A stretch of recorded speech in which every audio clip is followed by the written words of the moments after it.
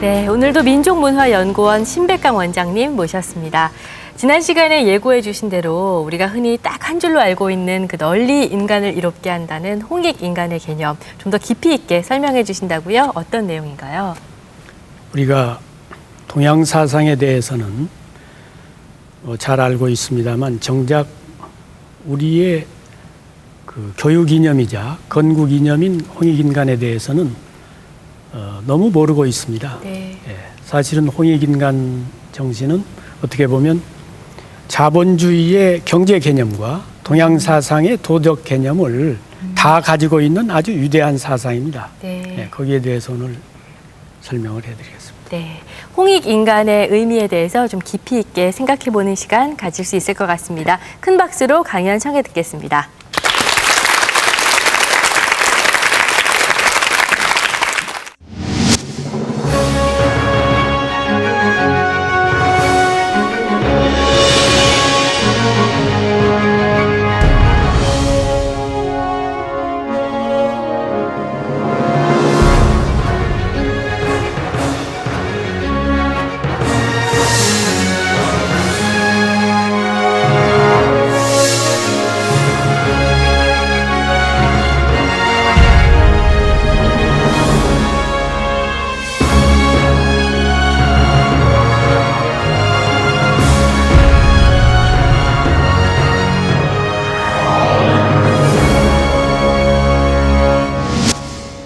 오늘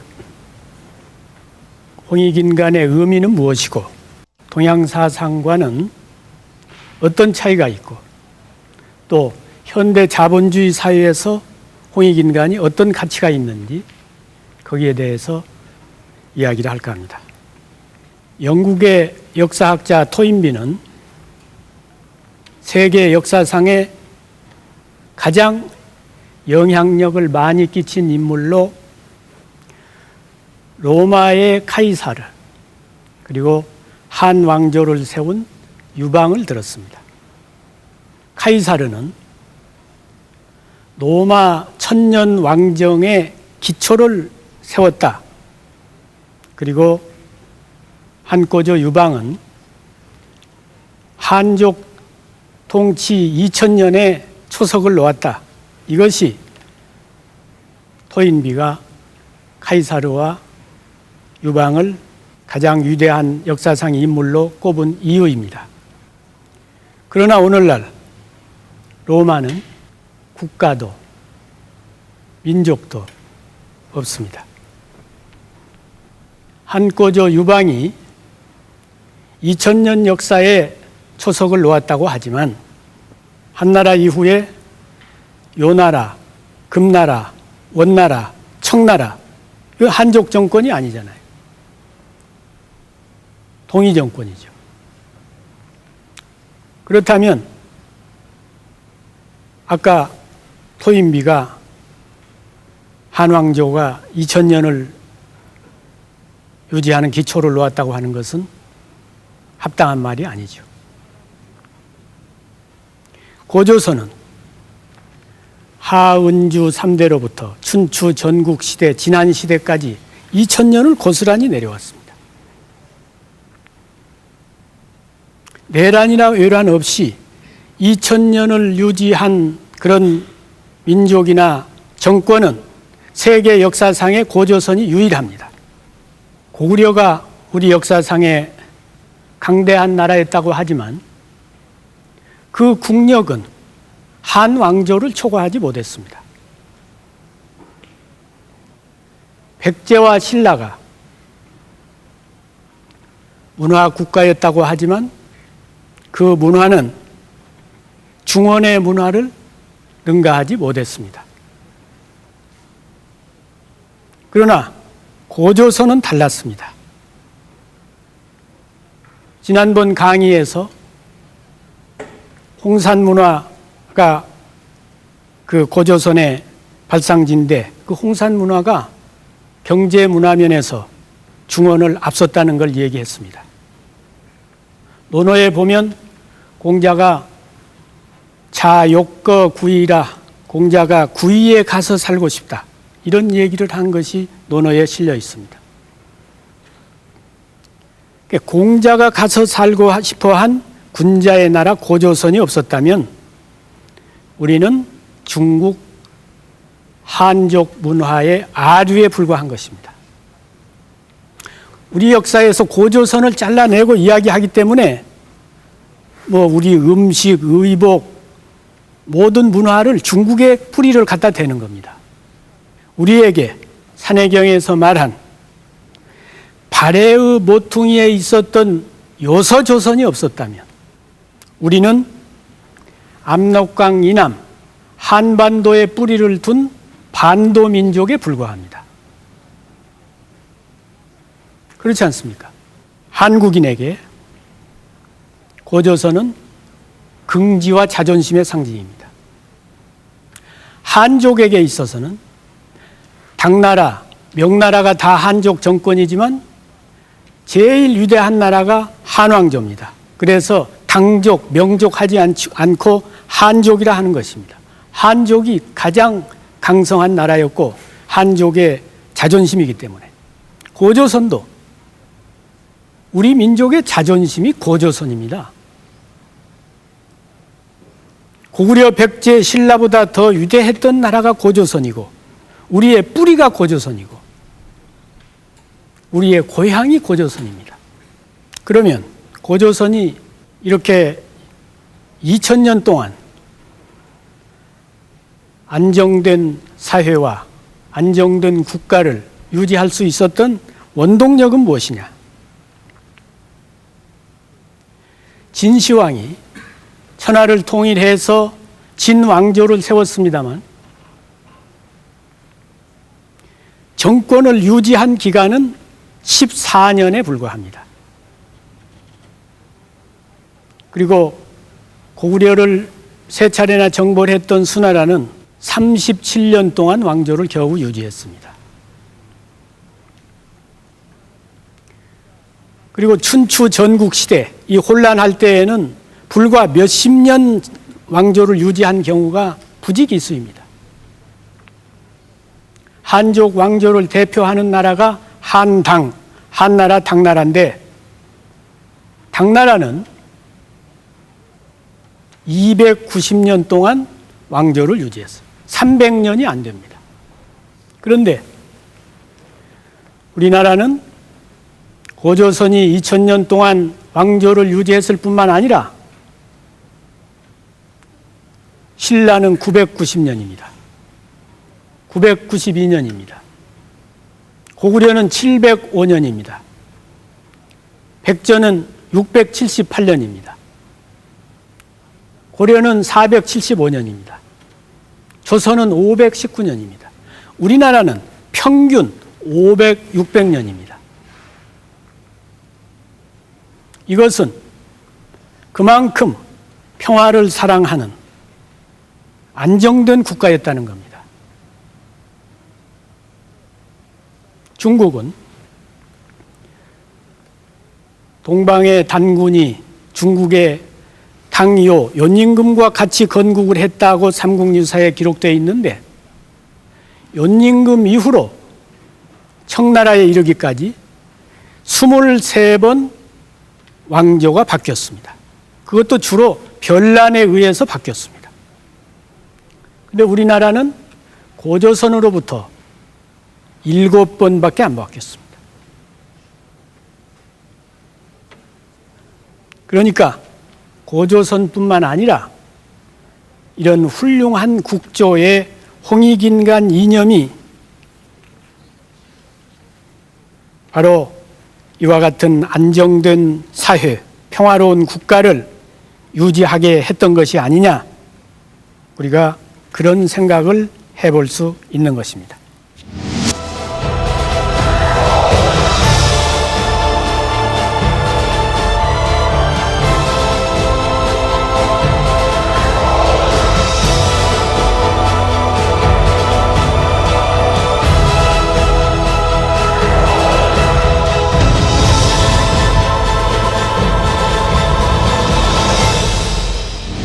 그러면 단군의 홍익인간 사상이라고 하는 것은 도대체 어떤 사상이기에 그렇게 위대하냐?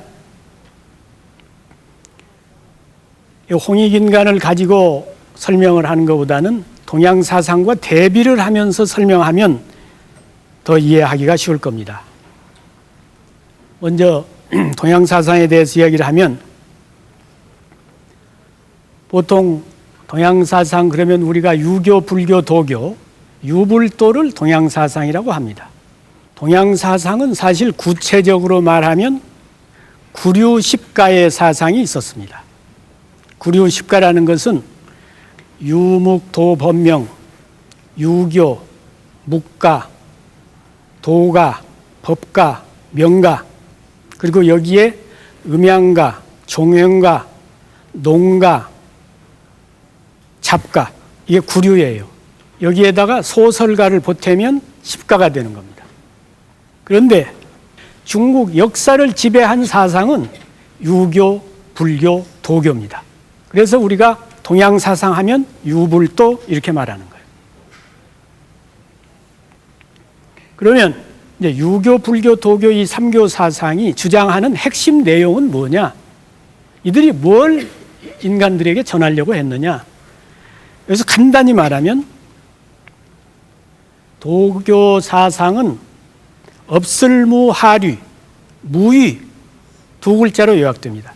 소위 말하면 무의자연 사상이에요. 그 무의란 말은 거기서 유란 말은 인위적이란 말이거든.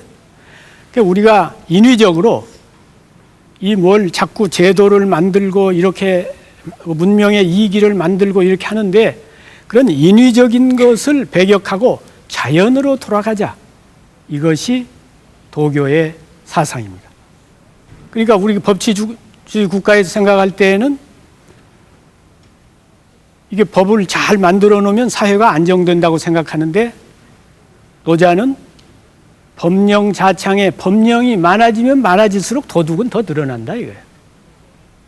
또 민다 이기의 국가 자혼이라 이 문명의 이기가 많아지면 많아질수록 국가는 더 혼란에 빠진다. 어떻게 보면 문명을 거부하고 기계화를 반대하고 자연으로 돌아가서 자유자적하게 살자. 그게 노장사상이에요. 그러니까 세속적인 부귀 공명 이거 몇 푼어치 안 되는 거다. 그걸 위해서 맨날 싸우고 아등바등하고 그럴 거 아니다. 이거 인생이라는 게. 그러니까 어떻게 보면 자본주의 사회에서는 상당히 그 귀감이 되는 그런 내용이 많은 사상입니다. 불교는 요약하면 사랑자, 슬퍼할 비, 자비 두 글자로 요약된다고 할 수 있습니다. 자비란 말은 발고열악의 뜻이에요. 고통에서 벗어나게 해주고 즐거움을 부여해준다. 고통에서만 벗어나게 해주는 것은 소극적이죠. 고통에서 벗어나게 해주고 또 즐거움을 준다. 이게 자비 사상입니다. 유교의 핵심 사상은 인입니다. 도교의 핵심 사상이 무이고 불교의 핵심 사상이 자비고 유교의 핵심 사상이 인이란 말이에요. 그러면 유교가 주장하는 인이라고 하는 것은 뭐냐? 뭘 인이라고 하느냐? 중국에 주예라는 사람이 있었는데 친구가 생선 한 마리를 선물했습니다. 그러니까 그 생선을 이제 솥에다가 끓였는데 머리 부분하고 꼬리 부분은 물속에 들어가 있는데 배 부분만 활처럼 이렇게 둥그렇게 올라와 있더라는 거예요. 그래서 이상해서 배를 열어보니까 그 속에 그 생선 알이 가득 들어있더라는 겁니다. 그러니까 이 생선이 불을 밑에서 떼오니까 자기 몸은 머리와 꼬리를 뜨거운 물에 담그더라도 최소한 알이 있는 부분 보호하기 위해서 들어 올리다 보니까 그 부분만 올라와 있는. 그러니까 이런 마음, 말하자면 어머니가 자식에게 대가를 기대하지 않고 주는 이 마음이 사랑입니다. 이게 인입니다.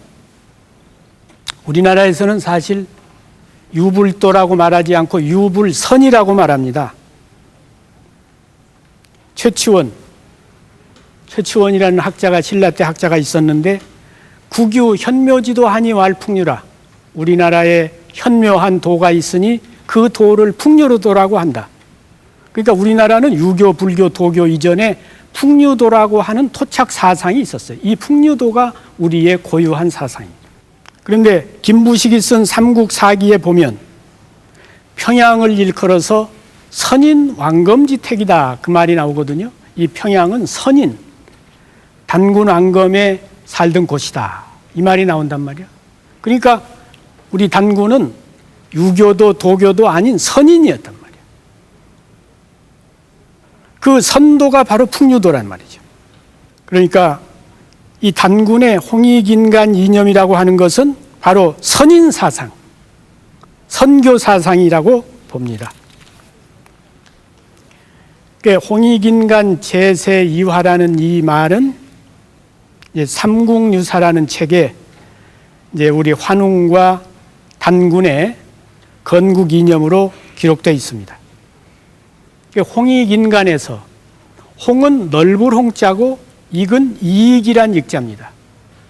그러니까 널리 인간을 이롭게 한다. 이것이 홍익인간의 뜻입니다. 동양사상과 홍익인간이 다른 점은 부처의 자비, 공자의 인은 널리 인간을 사랑하라는 뜻이죠. 그렇죠? 널리 인간을 사랑하라고 가르친 거란 말이에요. 근데 우리 국조 단군은 널리 인간을 사랑하라가 아니라 널리 인간을 이롭게 하라 그랬단 말이에요. 이게 큰 차이입니다. 그렇잖아요? 사랑하라가 아니라 이롭게 하라 그랬다 이 말이에요. 그러면 홍익인간 정신 가운데에는 이게 불교의 자비나 유교의 인과 같은 이런 사랑의 정신은 결여되어 있는 거냐? 그게 아닙니다. 이 이익이라고 하는 것이 자기 혼자 누릴 때 악이 되지 이웃과 더불어 널리 함께 누리면 이게 자비고 이게 인입니다. 그렇잖아요? 사회를 유지하는 두 축이 경제와 도덕입니다. 이 경제와 도덕 중에 어느 한 축만 가지고는 사회가 제대로 돌아가질 않습니다. 왜냐하면 인간이 천사가 아니기 때문에 의식주가 있어야 살 수 있는데 경제가 없이 어떻게 살 수 있습니까? 그러나 인간이 동물, 개, 돼지가 아니기 때문에 물질적인 풍요만 가지고는 가치 있는 사람다운 삶을 살기가 어렵다 이거예요. 그렇기 때문에 경제와 도덕은 수천 년 전이나 지금이나 수천 년 후나 이게 두 기둥인 것입니다. 경제라고 하는 것은 쉽게 말하면 이해거든요. 이로우냐 해로우냐를 따져서 이로운 쪽으로 나가는 것이 경제 논리예요. 도덕이란 뭐냐? 시비, 옳고 그른 것을 따져서 옳은 방향으로 가는 것이 도덕입니다. 그렇잖아요. 그런데 경제와 도덕이라고 하는 것은 이익을 취하자면 내가 옳은 일을 하기 어려운 경우가 많죠. 그렇죠? 내가 이문을 내자면 이 옳은 일을 할 수가 없죠. 그렇다고 해서 옳은 일을 한다고 항상 손해만 보고 살 수도 없잖아. 그러면 어떻게 이 이해와 시비를 조절하느냐? 이게 예나 지금이나 인류의 과제고 사회의 숙제인 것입니다. 조선조 때 이율곡 선생 같은 분은 이 시비와 이해를 조화시켜서 도덕과 경제가 균형 발전해야 된다. 그것을 강조했는데 그것을 현실 사회에서 딱 이렇게 이념화시켜서 재창하지는 못했습니다. 그런데 자본주의 논리는 경제 논리는 강하지만 도덕에 대한 관념이 빈약합니다. 또 동양의 부처의 자비나 공자의 인, 이 동양 사상은 도덕 논리는 강하지만 경제 논리가 빈약합니다. 동양 사상의 최대 결함이 경제 논리가 없다는 거예요. 자본주의의 최대 결함이 이해만 따져가지고 부자 형제, 부부 이해를 따져가지고 거기에 도덕 개념이 약하다는 것입니다. 그런데 자본주의가 강조하는 이해 중심의 경제 논리와 동양 사상이 강조하는 시비 중심의 도덕 논리를 다 포괄하고 있는 것이 바로 이 고조선의 홍익인간 정신입니다. 널리 인간을 이롭게 하라. 이 말은 바로 이익을 추구하되 그것을 널리 이웃과 함께 공유하라. 이게 홍익인간 정신이거든요. 그러니까 고조선이 세계 역사상 유례가 없는 2000년을 유지할 수 있었던 그 원동력이 그냥 그렇게 된 게 아니고 바로 이런 위대한 사상을 건국 이념으로 출발했기 때문에 그것이 가능했던 것이고, 고구려 백제 신라가 보통 500~600년씩 갔던 것도 서로 더불어 함께 평화를 누리자고 했기 때문에 그것이 가능했던 것이라고 할 수 있는 것입니다.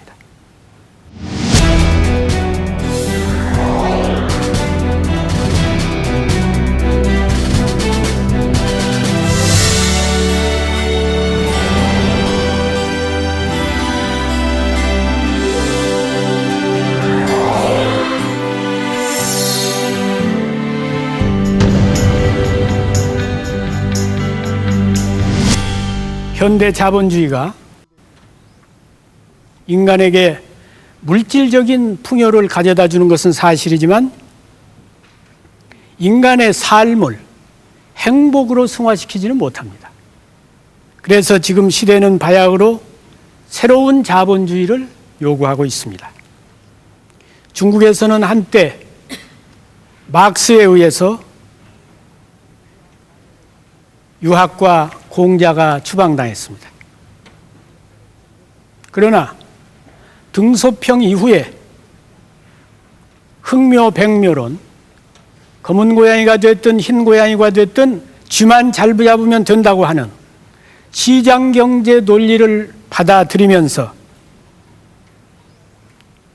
천안문 광장에 요즘은 공자의 동상이 다시 등장하고 있습니다. 그래서 이런 현상을 두고 혹자는 공자하고 막스가 싸우다가 그 둘이 싸움에서 공자가 이겼다, 이렇게 평을 하는 사람도 있습니다. 수천 년 동안 동양 세계를 이끌어온 유학은 과연 오늘의 시대를 다시 이끌어갈 수 있는 어떤 대안이 될 수 있을 것이냐. 순자는 중국의 맹자가 성선설을 주장했는데 순자는 성악설을 주장했습니다. 순자가 뭐라고 얘기를 했느냐면, 장자는, 도교의 장자는 하늘이 있다는 것만 알고 인간이 있다는 것을 알지 못한다, 이렇게 비판을 했습니다. 다시 말하면 이 자연의 중요한 것만 알고 현실 세계의 인간을 중요시하지 않는다는 것을 비판한 것입니다. 그러니까 장자의 자연주의에 편향되고 인생에 대해서 소극적인 태도를 꼬집은 것이죠. 불교는 어떤 사물을 관찰할 때 과거, 현재, 미래를 통해서 거시적으로, 통시적으로 관찰합니다. 그러니까 여기에 어떤 사람이 있는데 그 사람은 아주 선량한 사람입니다. 선량하면 분명히 복을 받아야 되는데 집도 가난하고 자식들도 공부도 잘 못하고 부부도 어떻게 마음이 잘 맞지 않는 사람 만나서 불행하고 그런 경우가 비일비재합니다. 그러면 현실에서는 거기에 대한 해답이 안 나옵니다. 아니, 선하게 살았으면 당연히 복을 받아야 되는데 왜 복을 못 받느냐 이거예요. 그것을 불교에서는 어떻게 설명하느냐. 이 세상은 현실 세계만 있는 것이 아니고 과거, 현재, 미래를 통해서 이렇게 돌고 돈다, 윤회한다 이 말이에요. 그러니까 지금 이 세상에서 그 사람이 선한데 복을 받지 못하는 것은 지난 세상에서, 전생에서 그 사람이 복을 짓지 않고 악업을 지었기 때문에 그 응보를 지금 받는 것이라 이거예요. 그러니까 금생에 그 사람이 선하게 살면 그 결과는 내생에 가서 좋은 응보를 받는다 이거죠. 그러나 유심, 이 세상, 사회, 정치, 경제 이거보단 마음이 가장 중요하다. 어떻게 보면 유심, 그러니까 유심주의적인 해탈 세계, 해탈. 그래서 이 세상을 고해, 고통의 바다로 보고 이 고통의 바다에서 벗어나는 이것을 목표로 하는, 그래서 현실 인생에 대해서 지나치게 비관적으로 바라본다는 것을 그 한계로 지적할 수가 있습니다. 유교는 도교나 불교에 비해서 현실주의적이고 인간 중심주의적입니다. 그러나 맹자가 양해왕하고 처음 만났는데 양해왕이 그때 전국시대니까 부국강병을 하려고 노력을 했거든요. 우리나라가 부강해져야 되겠는데 선생님이 불원천리하고 우리나라에 오셨는데 어떻게 우리나라를 이익되게 할 수가 있습니까? 그러니까 맹자의 답이 그거예요. 하필 이익을 말씀하시오. 인의가 있을 뿐입니다. 그러니까 세상에 이 이익과 인의라고 하는 이 두 가지 가치가 있는데 이익도 중요하지만 인의도 중요합니다. 하필이면 이익을 말씀하시오. 인의가 있을 뿐입니다. 그러니까 경제 논리보다는 도덕 편향적이라는 거죠. 현대 자본주의는 이윤 창출을 최고 목적으로 하는 상업 자본주의입니다. 상업 자본주의. 그래서 상업 자본주의를 막다른 골목을 향해서 치닫는 고장난 기관차에 비유하는 그런 서양 학자도 있습니다. 그러니까 결국에는 모두 다 잘 살게 되는 것이 아니라 모두 다 파멸을 향해서 갈 뿐이라 이거죠.